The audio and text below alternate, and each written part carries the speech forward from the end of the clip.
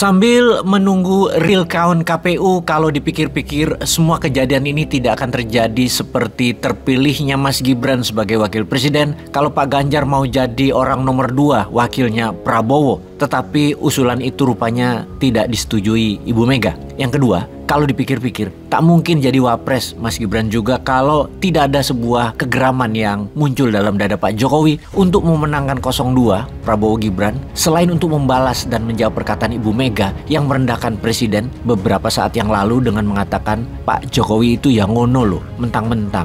Lah iya, padahal Pak Jokowi kalau nggak ada PDIP Perjuangan juga, duh kasihan deh. Kalimat yang merendahkan Pak Jokowi tersebut sangat menyayat hati para penggemar Pak Jokowi yang kemudian membuat citra Ibu Mega menjadi sangat hitam putih oleh sebagian masyarakat, terutama pecinta Jokowi yang menjadikan Ibu Mega tokoh yang tidak populer jadinya. Walaupun begitu, langkah Pak Jokowi saat itu masih belum melawan Ibu Mega. Walau direndahkan dengan dikatakan nggak ada apa-apanya Pak Jokowi tanpa PDIP. Untuk melanjutkan legasi keberlanjutan, maka diusahakan Prabowo dan Ganjar berpasangan. Usaha penyandingan gagal karena terjadi aksi perbedaan lagi antara Ibu Mega dengan Pak Jokowi. Malah Ganjar dijadikan calon presiden oleh PDIP. Keputusan itu mungkin karena rating atau hasil polling Mas Ganjar tertinggi. Pada saat itu tepat 1 tahun yang lalu sebelum Lebaran tahun 2023. Dari 2 calon lain yaitu Pak Prabowo dan Mas Anies. Ketika mengambil Ganjar sebagai capres oleh PDIP, PDIP berharap Pak Jokowi sebagai kader PDIP mengendorse Ganjar. Namun Pak Jokowi tidak segera memberikan dukungannya terhadap Ganjar, malah bersiap-siap dengan strategi lain yang baru. Sesungguhnya ada kelemahan lain dari keputusan PDIP tersebut. Kita bisa menganalisa secara strategi dagang. Sebenarnya siapa yang keluarkan kartu duluan, dia akan kalah karena akan jadi kartu beat, jadi kartu patokan taruhan yang bisa diukur oleh pihak lawan. PDIP meletakkan kartu terlebih dahulu. Gelombang besar itu terbaca Pak Prabowo, maka Pak Prabowo yang belajar dari pengalaman sebagai seorang militer yang berpengalaman di perang, never make a same move twice. Kebaca lawan kalau bergerak dengan cara yang sama. Apa langkah itu? Langkah yang Pak Prabowo dulu tidak pakai. Yang sekarang Pak Prabowo harus pakai adalah menggandeng the most popular person in Indonesia, menggandeng Pak Jokowi. Di mana langkah selanjutnya adalah sang wakil harusnya orang yang Pak Jokowi sulit untuk tidak bantu, yaitu seorang Gibran. Langkah catur yang jenius, melakukan lukir panjang rokade gerakan pertukaran raja dengan benteng di sisi sayap menteri. Dengan melakukan rokade, yaitu bentengnya adalah Gibran, maka Pak Jokowi tidak akan mungkin membiarkan posisi baru tersebut tanpa bantuan dirinya. Pak Jokowi adalah kartu as kampanye 02.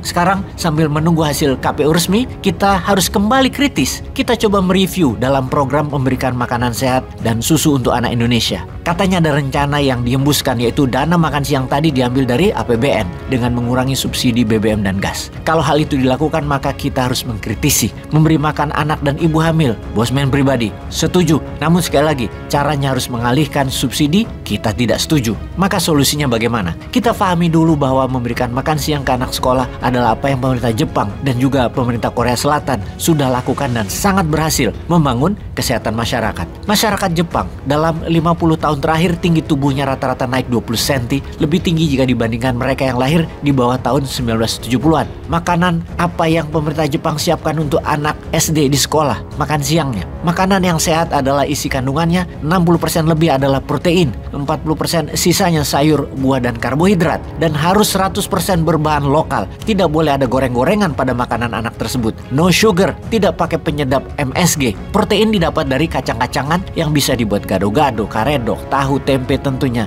Daging merah, ayam, telur, ikan, dan susu adalah sumber protein. Maka untuk itu kita harus menyiapkan makanan yang memang kekuatan Indonesia asli untuk protein, yaitu ikan. Sekali lagi, sebagai sumber protein Indonesia. Program 02 ini bukan hanya kasih makan enak ya, misalnya dengan nasi mentung, kuah bumbu padang, dikasih tahu, tempe, kerupuk, kecap. Ya enggak lah. Namun memberikan makanan 4 sehat 5 sempurna, hal itu tidak mudah, tidak murah, dan tidak gampang mengelolanya. Di setiap sekolah harus punya kantin yang lengkap dengan peralatan seperti nampan, piring, sendok, garpu, gelas, dan kelengkapan lainnya, termasuk etalase makanan yang higienis dan selalu hangat. Sejauh ini kita tunggu bagaimana pelaksanaan teknisnya. Kalau uang, bisakah melaksanakan makanan sehat anak tanpa menghapus subsidi BBM dan lain sebagainya? Mohon segera tunjukkan dan disosialisasikan.